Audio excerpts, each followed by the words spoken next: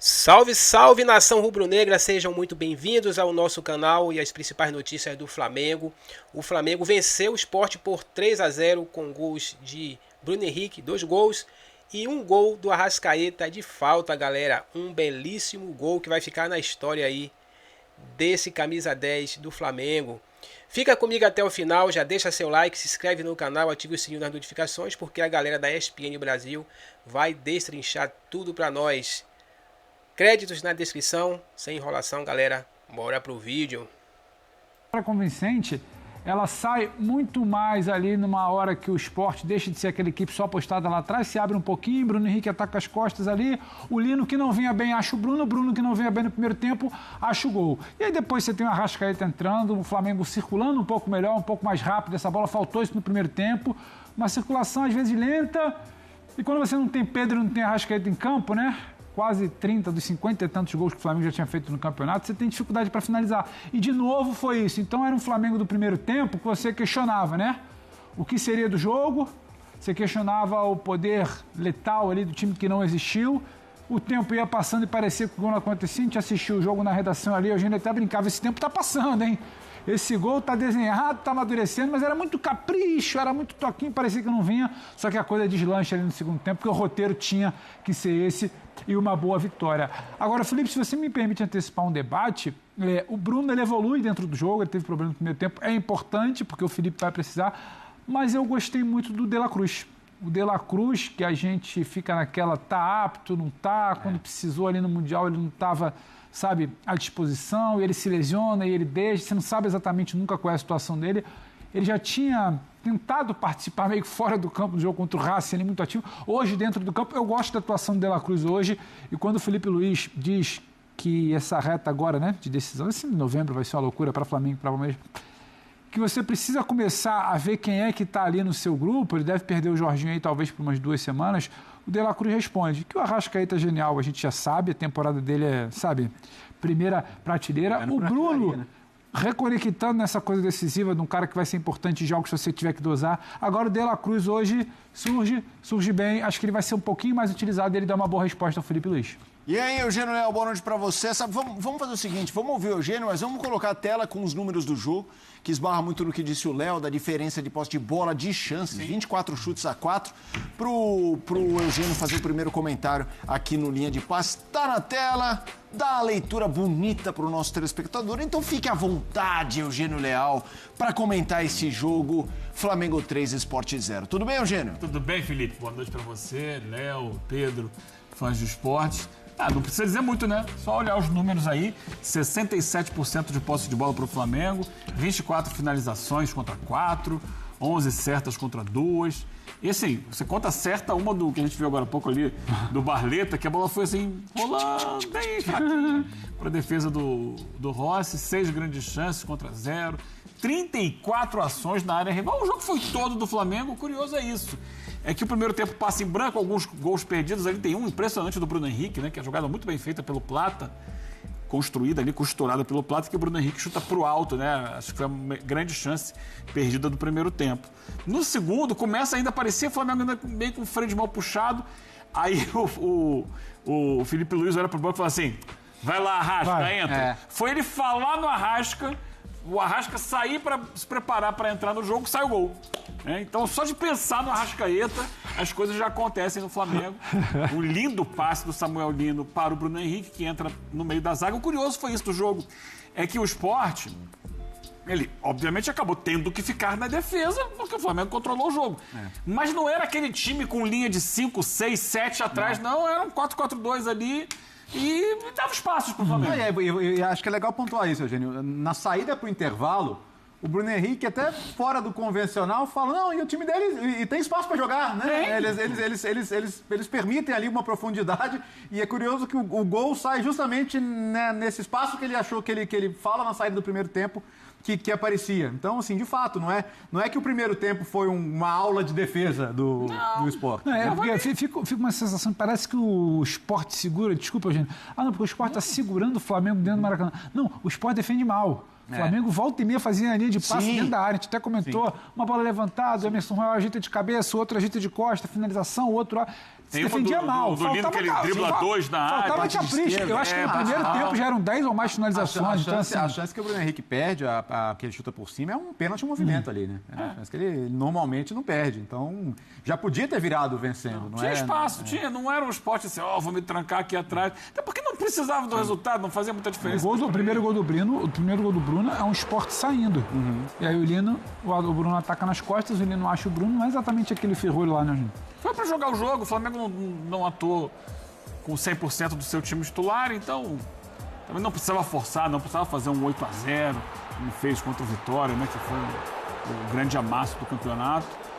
Então o 3-0 está de bom tamanho para o Flamengo, a torcida sai feliz, o Sport não sai humilhado e está todo mundo feliz no final das contas, porque o Sport poderia ter saído humilhado, né, do Maracanã.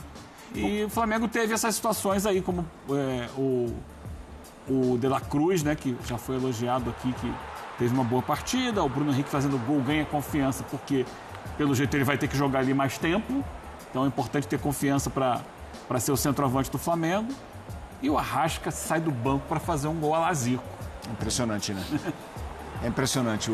A gente vai, obviamente, individualizar alguns temas já, falando dos jogadores, mas já que o De La Cruz foi citado pelo Pedro, o Eugênio já passou, Léo, a gente está numa fase que vai ser uma contagem regressiva até a final da Libertadores com algo muito importante em jogo, que é o Brasileiro, em que todas as peças vão precisar, de certa forma, colaborar, porque...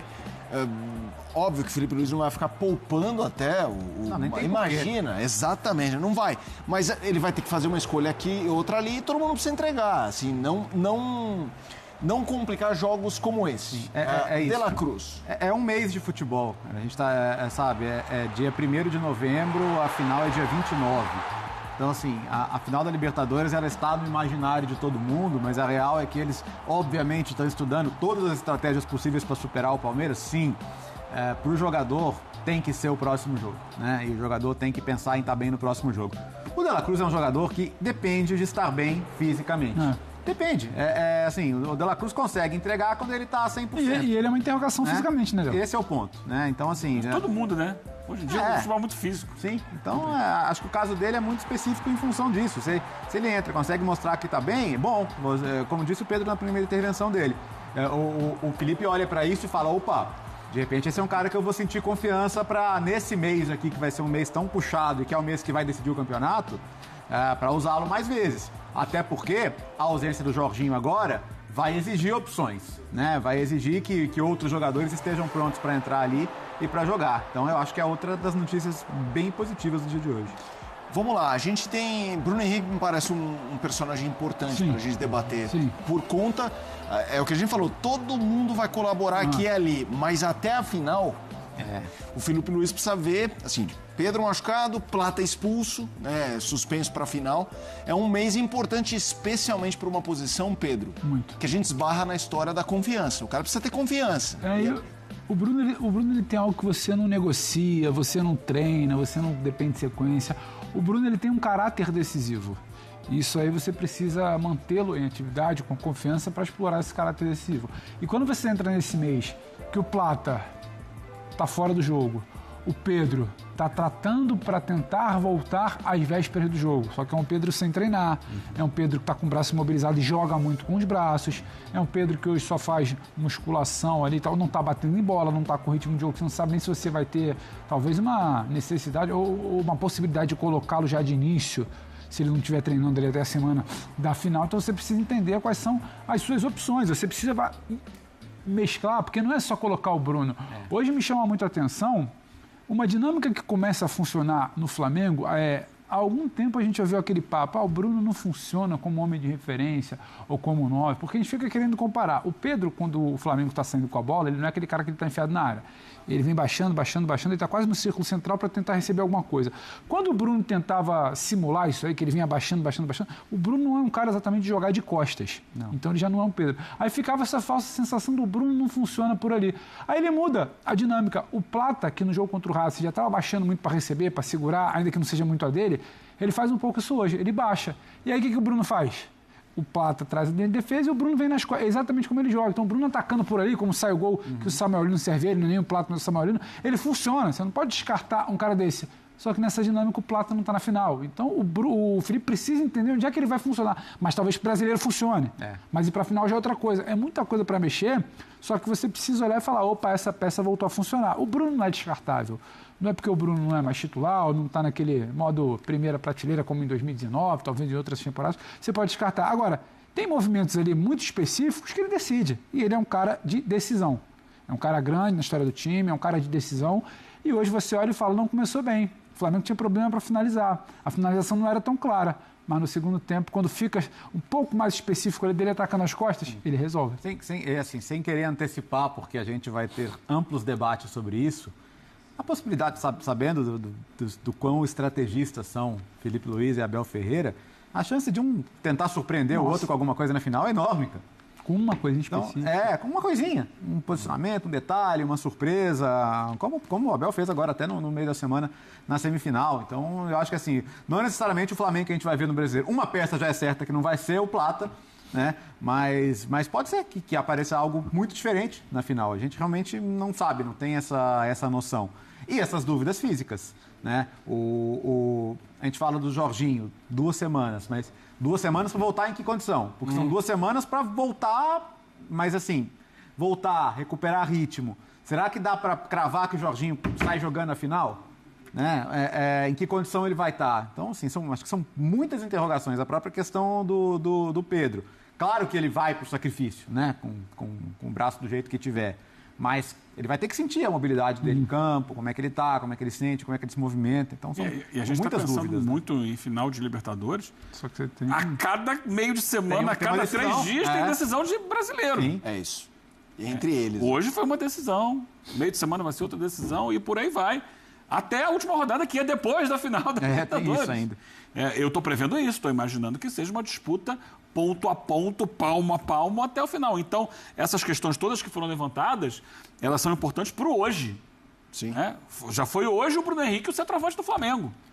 E demorou para encaixar, mas encaixou, fez 2 gols. Segundo gol, um gol de muito oportunismo, que é uma necessidade do centroavante, né? Ser oportunista, estar no lugar certo na hora certa, ele estava. O primeiro gol atacando o espaço, que é uma característica dele, sempre foi, muitas vezes pelo lado do campo, vindo na diagonal, agora por dentro.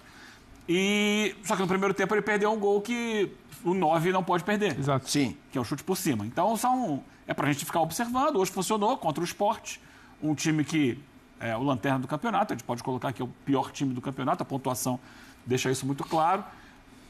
Preciso ver na sequência de jogos como é que o Flamengo vai lidar com isso, né? Então, o Jorginho vai ser o De La Cruz, vai ser o Saúl, por exemplo, se precisar do Everton Araújo, para o próximo jogo já não tem. E assim vai tendo que montar o quebra-cabeça jogo a jogo, rodada a rodada do brasileiro e, ao mesmo tempo, ir pensando em quem ele poderá contar para a final da Libertadores, que vai ser um jogo diferente, um jogo especial, em que ali sim, eu acho que de repente alguns jogadores podem entrar dentro de um ritmo do sacrifício, né? Como foi dito agora pelo Léo, o Pedro vai para o jogo. Mas não é só a Libertadores, porque o Flamengo já estabeleceu desde o início do ano o brasileiro como prioridade. Sim, inclusive em momentos com Libertadores, né? Aquele jogo com o Central Córdoba, por exemplo. Então é preciso entender como é que vai ser essa gestão de minutos, essa gestão de carga, de energia dos jogadores, porque vai ser ali. O Palmeiras não vai baixar o ritmo dele, não vai baixar a intensidade dele e vai exigir do Flamengo, que está atrás, está sempre esticando a corda ao máximo. Vamos ver. Mas hoje, como disse o Eugênio, temos falado hoje, não ficar só falando de Libertadores. Hoje, a melhor opção para o centroavante, o 9, é o Bruno Henrique? Ou vocês veem o Flamengo jogando de outra forma e há debate sobre isso? Uma semana atrás não teve um bom jogo de brasileiro e o debate era: o Bruno Henrique não pode jogar de 9, como é que ele vai para o jogo contra o Racing sem o Pedro? Então, eu acho que o Bruno, a gente pode falar, o Bruno tendo que, alguém querendo que o Bruno faça esse jogo de costas, ele não será a melhor opção. O Bruno, como finalizador, como a gente viu ali no primeiro tempo que o Eugênio cita, se for aquele cara só para receber a bola ali, talvez não seja a melhor opção. O Bruno pode ser a melhor opção se você tiver um entendimento que o Lino vai abrir para servi-lo, como foi nesse lance que a gente está vendo agora. Se alguém vai fazer esse jogo um pouco mais de costa, pode ser o Plata no Campeonato Brasileiro para servir atacando nas costas. Eu acho que é muito do desenho do time, não ficar essa coisa, o 9 fixo na área e tudo mais. Não, o segundo gol dele hoje é de oportunismo. Mas não é de um 9, é de um cara que está bem na área e está atento ao jogo. Talvez ele não tivesse no primeiro tempo. Então, mas é uma característica de 9, né? Sim, e o Felipe ele não fica preso a isso. Então, o Felipe é um cara que pensa alternativas e o Bruno é um cara que te dá alternativas específicas. Então, ele pode servir. Não tivesse aquela bola de Samuel Lino pro gol que abre o caminho ali, talvez não tivesse aqui falando, tá vendo? Segundo jogo que o Bruno ali na frente não resolve. Então, acho que é como você explora o jogador que você tem. O Flamengo tem muitas possibilidades do meio para frente. Não tem o Pedro, não tem o Plata, então pode ter o Lino, pode ter o Bruno atacando, pode ter outro tipo de situação. Então, é muito como você pensa o Bruno e não pensá-lo como um substituto do Pedro em termos de características, porque ele não vai te dar isso. A gente associa muito a ideia do 9 do Pedro, apenas ao jogador de área, referência, o cara que vai jogar de costas, e assim, hoje praticamente a dinâmica era de uma dupla de ataque, né? Pela movimentação que o Plata oferecia ali. Então ele pode ser um atacante, né? Porque o Bruno Henrique há muito tempo já não é mais ponta, né? Aquele ponta agudo, driblador, rápido, então já é um jogador de outro perfil. E ainda assim, o Bruno Henrique é um jogador que sempre teve bom cabeceio, sempre apareceu bem na área, sempre soube chegar bem para definir. Então, assim, eu acho que na ausência do Pedro, eu não consigo ver a melhor opção. A questão é entender que ele não é um dublê do Pedro. Isso é importante. Embora o Pedro também não seja o estereótipo do 9, né? Seja um jogador que hoje saiba construir fora da área, saiba associar, saiba servir os companheiros. Eu acho que assim, a possibilidade foi jogar de diferentes maneiras. Vamos lá, a gente está falando da vitória do Flamengo sobre o Sport, 3-0, passando por várias situações da equipe. Samuel Lino também me parece que fez um bom jogo, sim, mas especialmente ali o passe que ele dá pro Bruno Henrique. No primeiro tempo ele perde uma chance que ele mesmo cria, né? Ele faz uma boa jogada individual, mas finaliza mal. E ele, desde que chegou, a gente percebe que é uma característica muitas vezes do torcedor do Flamengo, mas com o Samuel Lino é uma característica que está, de certa forma, incubada, que é esse entusiasmo, mas a gente vê com o Samuel Lino isso. Um grande jogo, uau! E um mau jogo peladeiro. Óbvio, aquele peladeiro foi como o André Kfouri fala, basta um cara sem noção ir lá pichar que temos um raio-x, mas a gente já ouviu de outros torcedores. Samuel Lino, como é que vocês estão vendo a bola dele? Como foi hoje? E ele nesse contexto. Como foi a bola do Flamengo hoje. O primeiro tempo dele eu não achei exatamente bom. E o gol que ele perde, acho que passa muito por uma questão de confiança. É a característica, tira um, tem qualidade, tira outro, na hora de finalizar. Só que no segundo tempo é um passe colaborado também pelo momento ali do Bruno Henrique, que ele faz o gol. Eu acho que você muda. Eu acho que é um cara que o Felipe vai tentar recuperar também ao longo desse mês de novembro, para uma sequência que é muito importante. Não acho que a atuação dele foi brilhante. Acho que a gente espera um pouco mais. O Lino é o cara que, quando corta aquelas duas bolas ali dentro da área contra o Sport, talvez ele tivesse que fazer aquele gol. Ele tem a perna esquerda para isso. Não é que ele é cego assim, não é que ele, vamos dizer, não tem o que fazer ali com a perna esquerda. Não é isso. Só que eu acho que também é a perna pesada, é o chute que demora um pouco mais. Você falou em confiança aqui um pouco no debate, acho que passa por isso. Quando no segundo tempo ele abre, sai, o Bruno ataca por ele, acha espaço, você dá, é aquela história do videogame, você ganha 2 barrinhas ali de confiança. Eu acho que o Felipe fala muito dessa sequência de partidas decisivas agora desse mês. Exatamente. Vamos ouvir o treinador. Felipe chegou. Vamos rápido. Fale, prof, 3-0 Flamengo contra o Sport. Bom, acredito que o São Paulo esteja mais confortável na Vila que nós, né? Eles jogam mais lá do que a gente.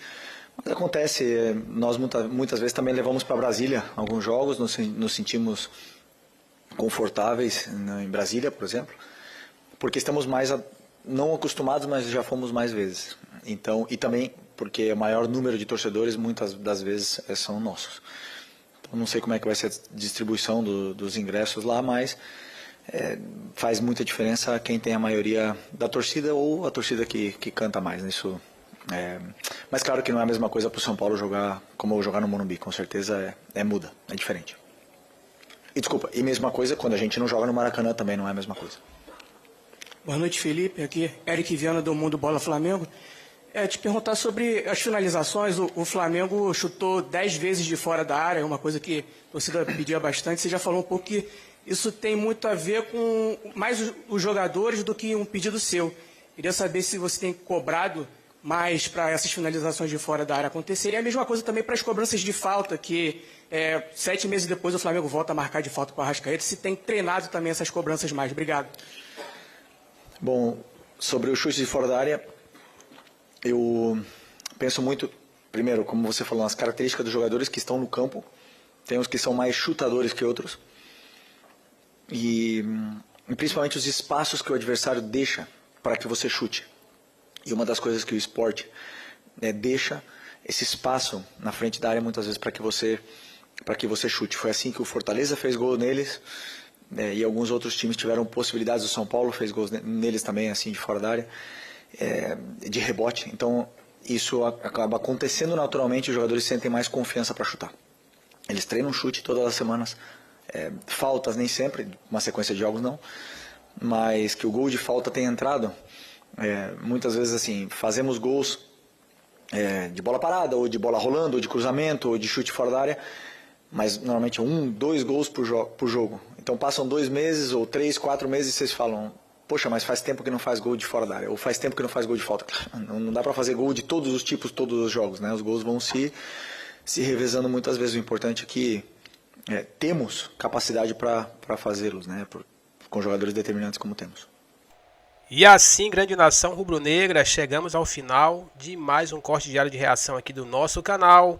O Flamengo segue no momento líder com 64 pontos, apenas atrás do Palmeiras, que tem um jogo a menos.